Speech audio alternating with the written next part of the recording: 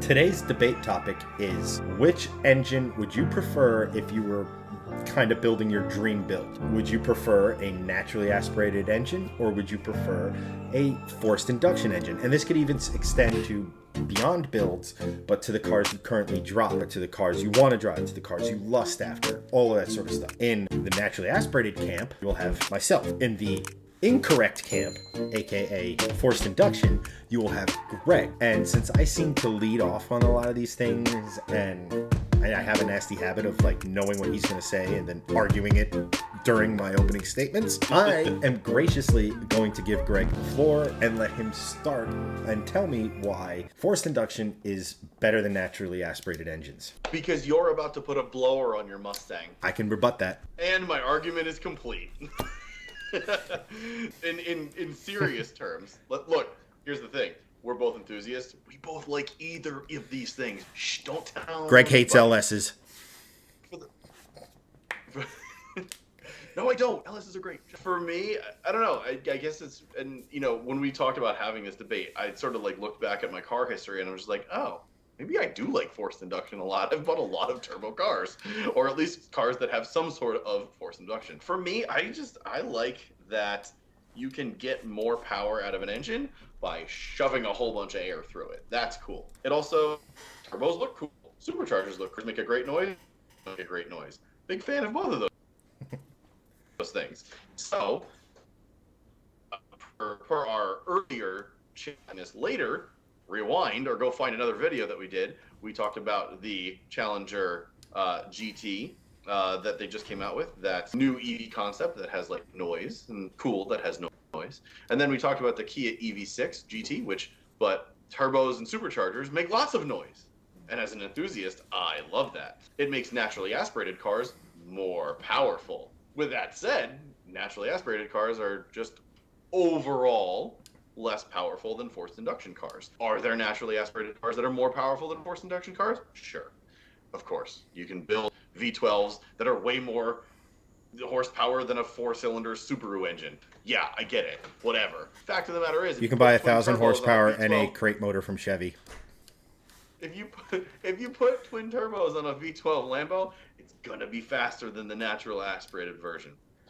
That's how it works. Literally, that's how it works. I think, personally, forced induction is where it's at. You get not a whole lot of detriment for what you're putting on the engine. Plus, you get to go whoosh, psh, and make big cool noises out of like turbos and stuff, which is great.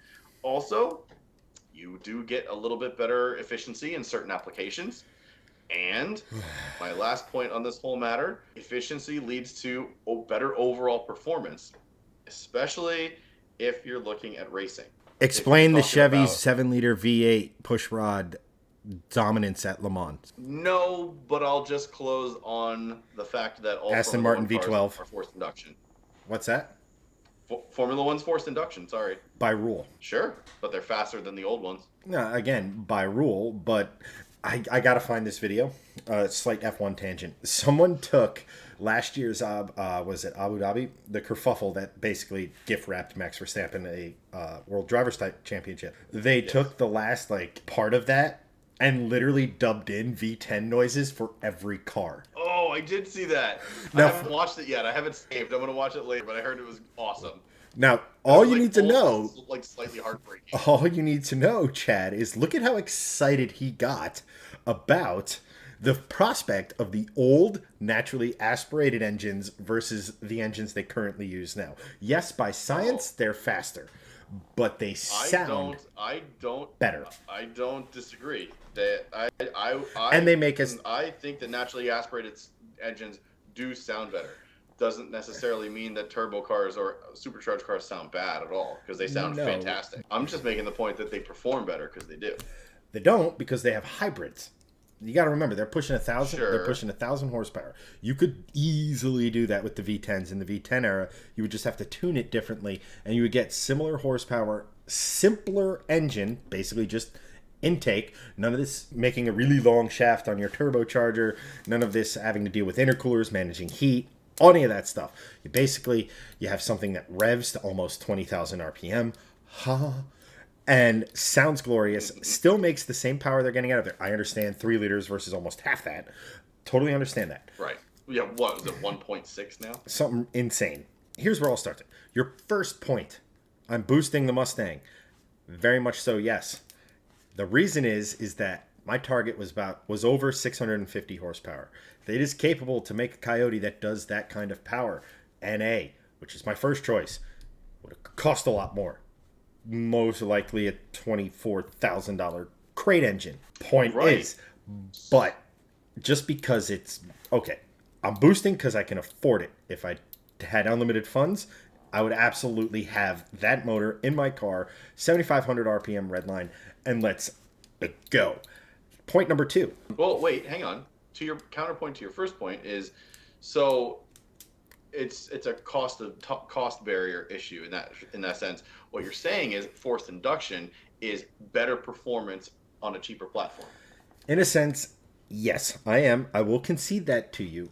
But there's also a lot of other factors at play with the Mustang. Number 1, I think the GT500, it's the best looking Mustang of all time, and I'm building a GT500 clone.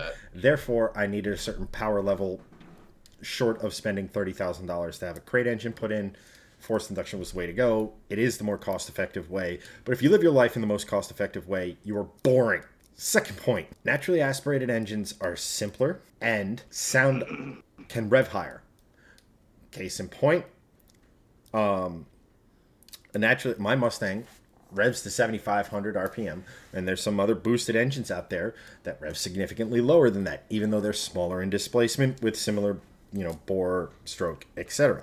So you get that sense of revving all the way through the entire rev range, and it is just a much more glorious experience. Now, you don't get the lift-off noises, but you get all... Here's the thing. In factory trim, turbochargers muffle sound. They're an extra muffler. They're the first silencer. Sure. You can make them sound louder, but they do tend... look at a built Supra, right? They're loud, but not as crazy loud as, say, a big block making the same horsepower. Decibels alone, again, you want a certain medium ground, which you can achieve with turbos. But the big point is RPM. Now, I get you can rev some turbocharged cars pretty high, but superchargers usually have a limit because there's a limit to how fast pretty much every supercharger in today's vein is some form of positive displacement, and there's only so fast that those blades can spin, and so on and so forth. Again, turbochargers, superchargers add complication, add things for intercooling, add heat, add all of this sort of stuff. It is a great way of making affordable power, but it is a great way to make your car a hell of a lot more complicated, as case in point by the mountain of boxes I have that are just all for this one thing. My last thing on naturally aspirated is to your point that you're getting significantly more power out of smaller displacement, and therefore the modern F1 engine versus the glory days of the V10. I like NA power. I like the linear nature of it. I like the predictability of it because a turbo, it's a PD blower is boost all the time, and a centrifugal does increase as RPMs increase and mimics a way a naturally aspirated engine will be. So 1 out of 3 ain't bad. The thing is, if I was to, let's just say I was to build the ultimate back road car, a car that I could eke out, I could get most of the performance out of it, unlike, say, my Mustang, which to get the most out of that requires prison time on public roads. So you want something in the 3 to 350 range. You want something small. You want something light. Now, obviously, you throw an LS1 in there and call it a day, or you can it takes more planning because anybody can just say, okay, boost or NOS or whatever and go to town. But what it takes is a real eye for detail, planning, all this stuff to eke out the most possible horsepower out of a naturally aspirated engine, which is why arguably the greatest 6-cylinder ever made is the flat 6 in the current GT3, because that engine is so efficient at how it generates air or brings air into the system that it's NA that actually creates a little bit of boost in the fact that it creates such a vacuum at the intake that it brings it in. But that being said, I mention this build all the time. If I won the lottery, one of the first builds I would do would not be some crazy Mustang or some 1,000 horsepower monster. I would go out and get myself a Datsun 510.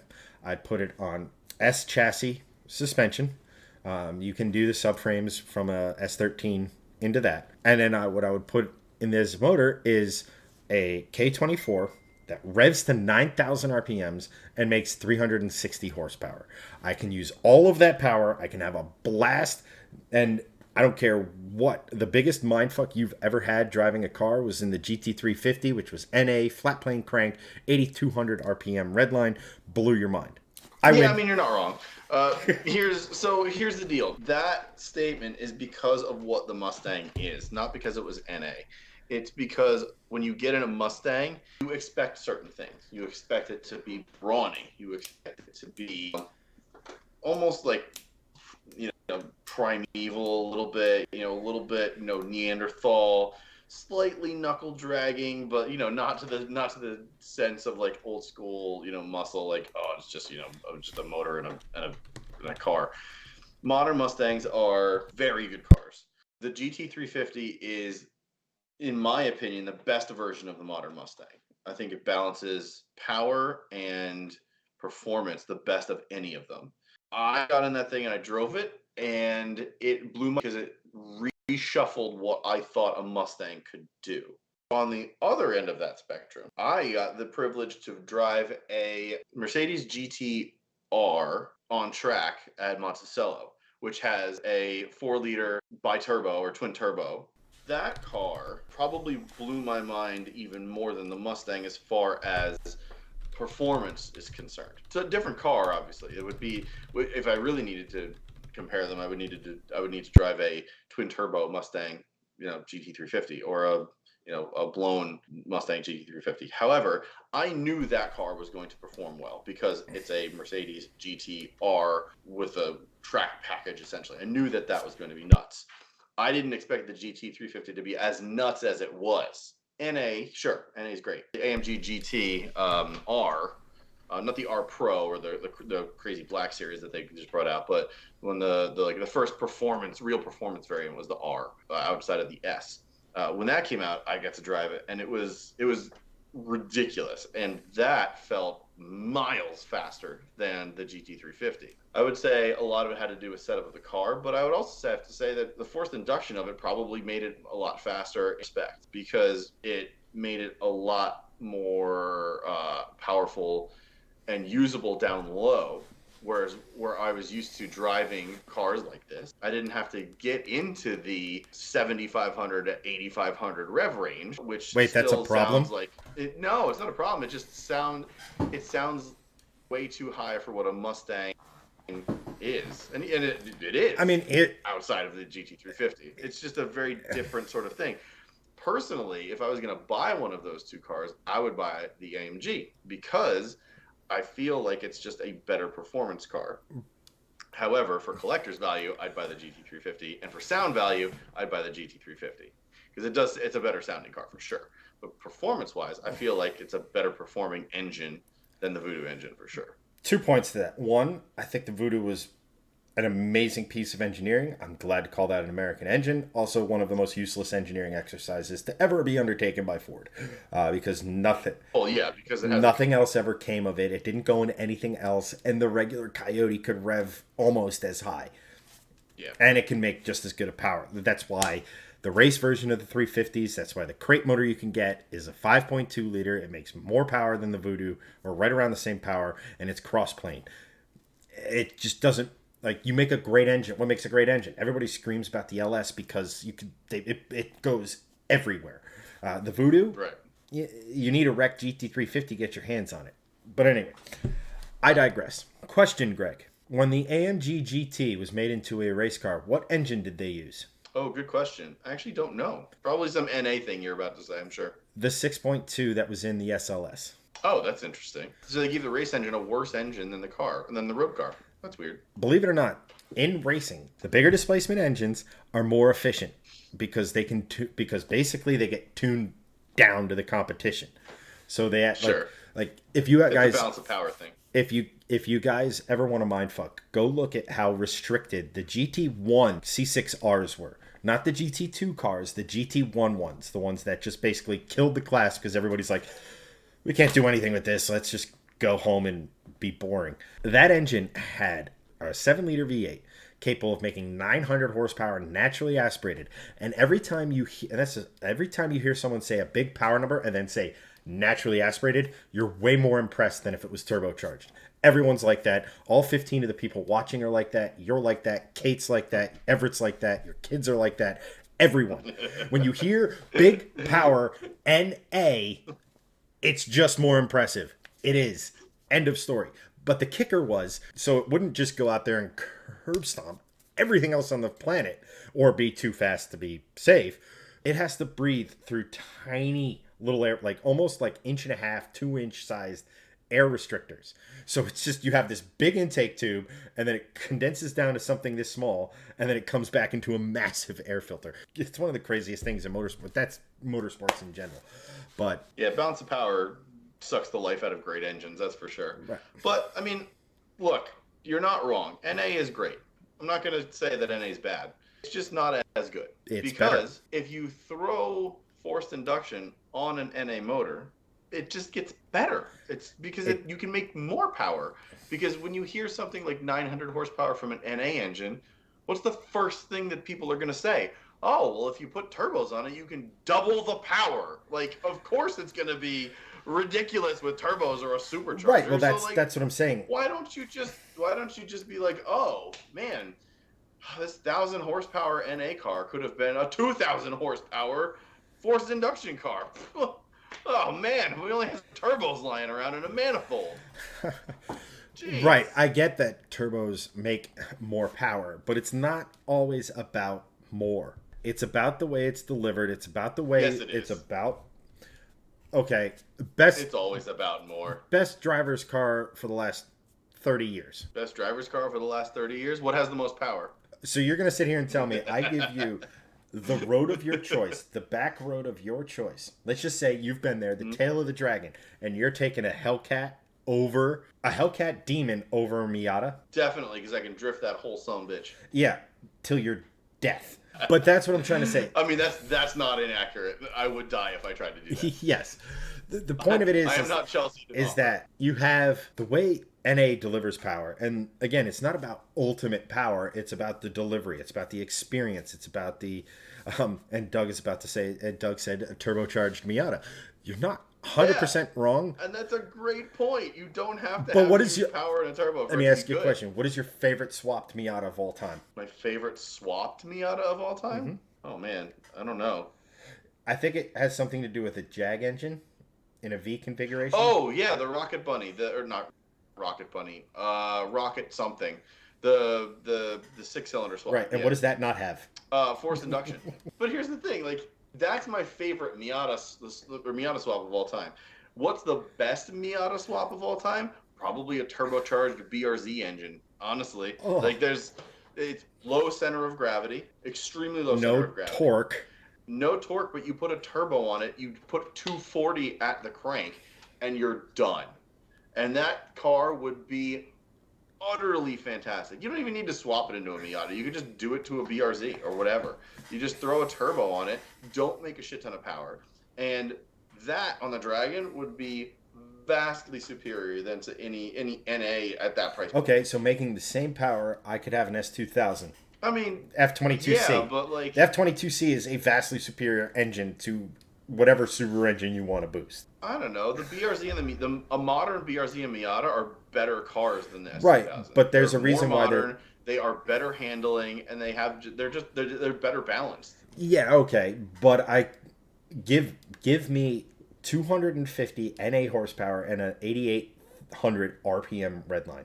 Like, I understand you're used to driving cars that have like a 6200 RPM redline. I kind of get why you're like, maybe I should boost this instead of having to do like a head swap and raise the redline on this. Like, maybe I should just boost it. It'd be better and easier, and But going through that the ability to rev, the ability to drive and just feel it come to a crescendo and then hit it with the best shift, and then it builds and comes to a crescendo again, and you do it again, and you keep going, and then you downshift it, because not for nothing, naturally aspirated engines are way more responsive than forced induction engines, because A, they don't have a big pulley and a big supercharger to move around, or there's no lag. So it's just immediate. Here's the thing. I could have 350 horsepower NA in a small engine and you could have 500 in the same engine, just adding boost and things to it. And I'm going to have more fun. And on the right circumstance, you're never going to be able to get to the big boost because it's just the way of, like the Dragon, for example. How often were you at full boost when you were in your car, which was turbocharged? So was mine at the time, to be 100% honest. But how often were you at full boost? Full boost, not the entire time, but I was in boost almost the whole time because I know as an enthusiast where my boost points were. So right. I'm here to keep it between 3,500 and 5,500 RPM to be in the boost range to just be able to just like cook it out of a corner. You could do the same thing in an NA car. You just obviously raise the rev range. You just have it, you know, it's the 6,000 to 7,500 range. You keep it there to then be able to utilize max power from whatever NA engine you have to get it up to then the red line of 7, 8, 9 if you have a K car, K engine Miata to do whatever. But like you drive the car that you have at the points that you believe to get the best performance out of. So do I think that driving a V70R on the Dragon would have been better if it was an NA car? No, because I had a ton of fun with the car that I wanted. I loved the way that car sounded, and so did you, for that matter. Right, but let me put it to you this way: what is the best sounding 5-cylinder Volvo of all time? S2000 touring car in Sweden. Oh no, I would actually disagree with that. I think the best sounding Volvo of all time is the BTCC 850, which was NA. However, it was still the same 5-cylinder engine when it had the same sound as the turbocharged version, because of the regulations. They sound. I'm not saying. I'm not. You just said an NA engine was best. Sounds better. I think NA does sound better. You know, straight up, I really do. High revving NA engines sound utterly fantastic. However, I don't think that saying that it sounds better is a reason for debate, because I'm not saying it does, but it do sound amazing as well. And do they sound as good? Not necessarily. Some sound better, some sound worse. Some NA cars sound anemic and terrible. It depends on the car you have, too. If we're talking about enthusiast cars, NA's you're probably going to sound better overall, sure. If we're talking about most consumer cars or enthusiast versions of consumer cars, I would argue that turbo cars and forced induction cars are going to sound better because you can tune them to sound better with interesting pops and crackles if you want to do hot boy stuff, but also because you can do a lot cooler overrun things with them. I mean, yes, but then at that point you might as well just put the Challenger Daytona Concept speaker on the trunk because it's artificial. No, because it's not the same. It's not the same. But it's artificial. It's still mechanical noise. It's right, not, but is it in any way, shape, or form improving the performance of the vehicle? I would make an argument it hurts the performance because you're running a burble tune on your car. Absolutely, it is. Yes. I mean, it's improving the fun factor by a considerable margin. I will say yes because I have that and it is awesome. I don't need a burble tune in the Mustang for it to sound awesome on the overrun. You know what I have on the Mustang to make it sound awesome on the overrun? Headers. Long tube headers. Yeah, I know. Yeah. How much were your headers? 19. Or did your car come with headers? No, it came with the exhaust. Exhaust and the second resonator was deleted. I then put headers on it and deleted the first resonator, and somehow haven't pissed off every single one of my neighbors. Success. So wait, how much were your headers? 19, I believe. So that's actually about.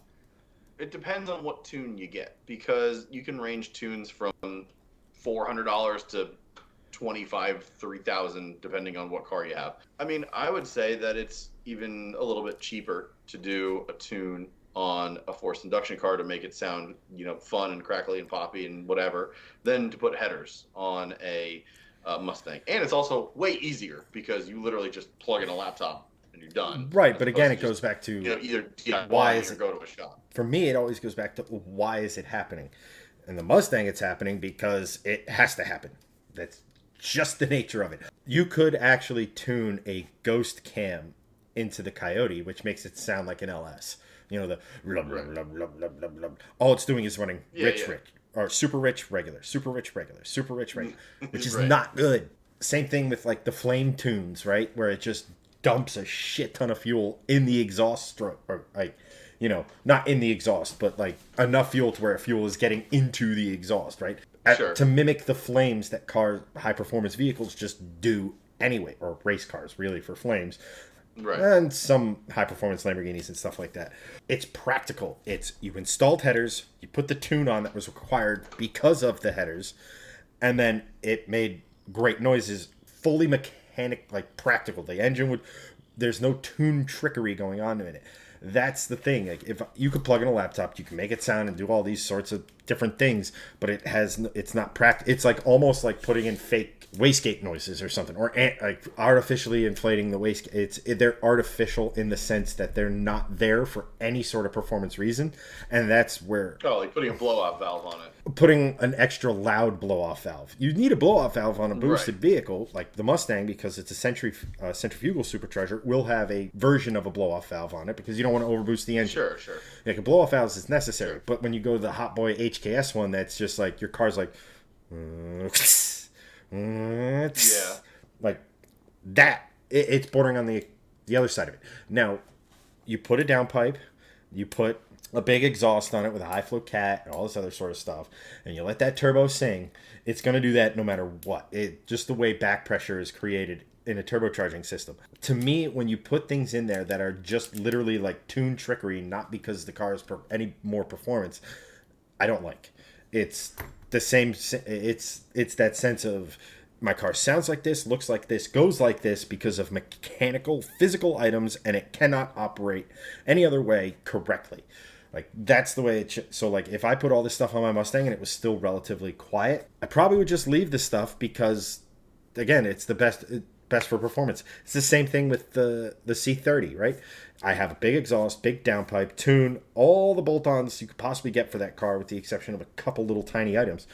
And it's still quiet as hell. And I haven't cut the mufflers off yet. Right. It's because it's just the efficiency of it. That's what I'm trying to say. Lamborghini goes to a turbocharged V6 in the Aventador replacement. We all cry because the V12 dies. It's just, NA has a charm in and of itself that cannot be replicated by turbocharging. Turbocharging and supercharging, so like a supercharger whine or, the liftoff wastegate noises from a turbo, create their own charm. Naturally aspirated, getting the most.